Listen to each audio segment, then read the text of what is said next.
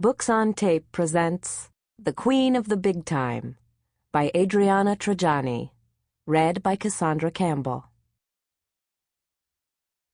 Part 1, 1924 to 1927. Chapter 1. Today is the day my teacher, Miss Stoddard, comes to see my parents. She sent them a letter telling them she wanted to come to our house to discuss the further education of Nella Castelluca. The letter is official. It was written on a typewriter, signed by my teacher with a fountain pen, dated October 1st, 1924. And at the top there's a gold stamp that says, Pennsylvania Education Authority. We never get fancy mail on the farm, only handwritten letters from our relatives in Italy. Mama is saving the envelope from Miss Stoddard for me in a box where she keeps important papers. Sometimes I ask her to show it to me, and every time I read it, I am thrilled all over again. I hope my parents decide to let me go to school in Roseto. Delabole School only goes to the 7th grade, and I've repeated it twice, just so I can keep learning.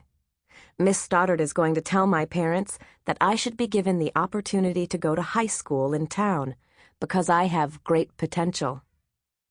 I am the third daughter of 5 girls, and I have never been singled out for anything. Finally, it feels like it's my turn. It's as though I'm in the middle of a wonderful contest.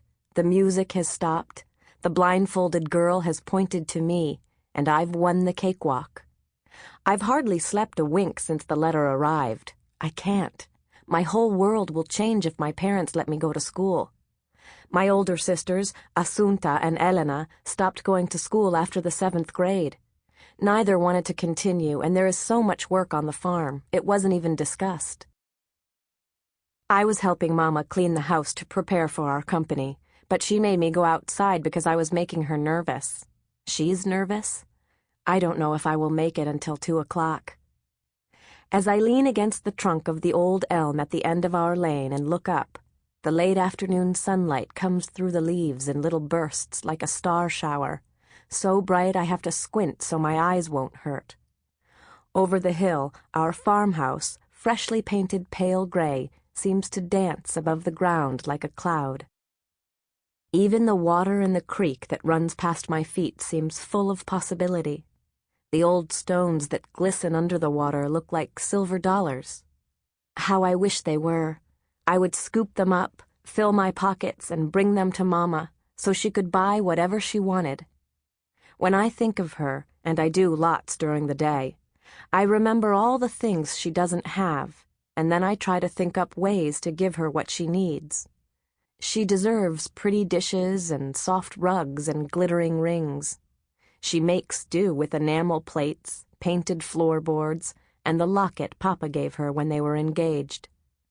Papa smiles when I tell him about my dreams for Mama, and sometimes I think he wishes he could give her nice things too. But we're just farmers. If only I could get an education, then I could get a good job and give Mama the world. Papa says I get my brains from her. She is a quick study. In fact, she taught herself to read and write English. Mama spends most nights after dinner teaching Papa to read English, and when he can't say the words properly, Mama laughs, and then Papa curses in Italian, and she laughs harder.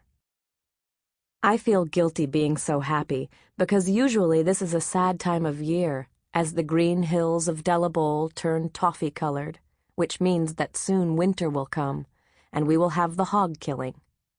Papa says that if we want to eat, we must help.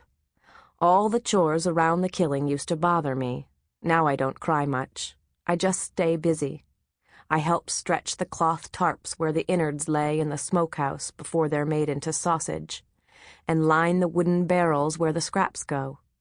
I have taught my sisters how to separate the innards and rinse them in the cool stream of the springhouse. There's always plenty of help. Papa invites all his friends from Roseto, and we make a party of it. The dinner at the end of the day is the best part, when the women make tenderloin on the open pit, and Papa's friends tell stories of Italy. It helps to laugh, because then you don't think about the dying part so much. Nella? Mama calls out from the porch. Over here, I holler back. Come inside. She motions me over and goes back into the house. I carefully place my bookmark in the middle of Jane Eyre, which I am reading for the 3rd time, and pick up the rest of my books and run to the house. It doesn't look so shabby since the paint job, and the ground around it is much better in autumn, more smooth, after the goat has eaten his fill of the grass. Our farm will never be as beautiful as the houses and gardens in town. Anything that's pretty on the farm is wild. The fields covered in bright yellow dandelions, low thickets of tiny red beech roses by the road, and stalks of black-eyed Susans by the barn are all accidents. Roseto is only 3 miles away, but it might as well be across an ocean. When the trolley isn't running, we have to walk to get there, mostly through fields and on back roads, but the hike is worth it. The trolley costs a nickel, so it's expensive for all of us to ride into town.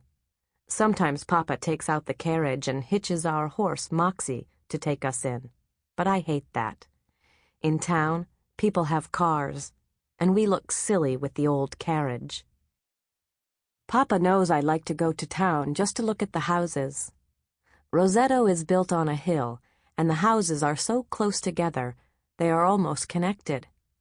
When you look down the main street, Garibaldi Avenue, the homes look like a stack of candy boxes with their neat red brick, white clapboard, and gray fieldstone exteriors.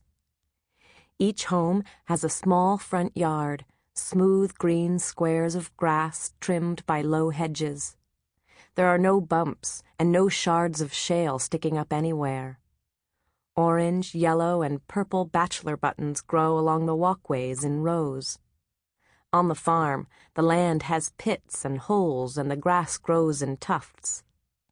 Every detail in Roseto's landscape seems enchanted, from the fig trees with their spindly branches to the open wood arbors covered with white blossoms in the spring, which become fragrant grapes by summer. Even the story of how Roseto became a town is like a fairy tale. We make Papa tell the story because he remembers when the town was just a camp with a group of Italian men who came over to find work in the quarries. The men were rejected in New York and New Jersey because they were pugliese and had funny accents that Italians in those places could not understand. One of Papa's friends saw an ad in a newspaper looking for quarry workers in Pennsylvania. So they pooled what little money they had and took the train to Bangor, about 90 miles from New York City, to apply for work. At first, there was resistance to hiring the Italians. But when the quarry owners saw how hard the immigrants worked, they made it clear that more jobs were available. This is how our people came to live here. As the first group became established, they sent for more men, and those men brought their families. The Italians settled in an area outside Bangor called Howelltown, and eventually another piece of land close by was designated for the Italians. They named it Roseto, after the town they came from. In Italian it means hillside covered with roses. Papa tells us that when the families built their homes here, they positioned them exactly as they had been in Italy. So if you were my neighbor in Roseto Valfortere, you became my neighbor in the new Roseto. Papa's family were farmers, so the first thing he did when he saved enough money working in the quarry was to lease land outside Roseto and build his farm. The cheapest land was in Delabole, close enough to town and yet too far for me. Papa still works in the quarry for extra money sometimes, but mainly his living comes from the 3 cows, 10 chickens, and 12 hogs we have on the farm. Mama made everything look nice, Elena tells me as she sweeps the porch. She is 16, only 2 years older than me, but she has always seemed more mature. Elena is Mama's helper. She takes care of our 2 younger sisters and helps with the household chores. She is thin and pretty, with pale skin and dark brown eyes. Her black hair falls in waves. Sample complete. Ready to continue?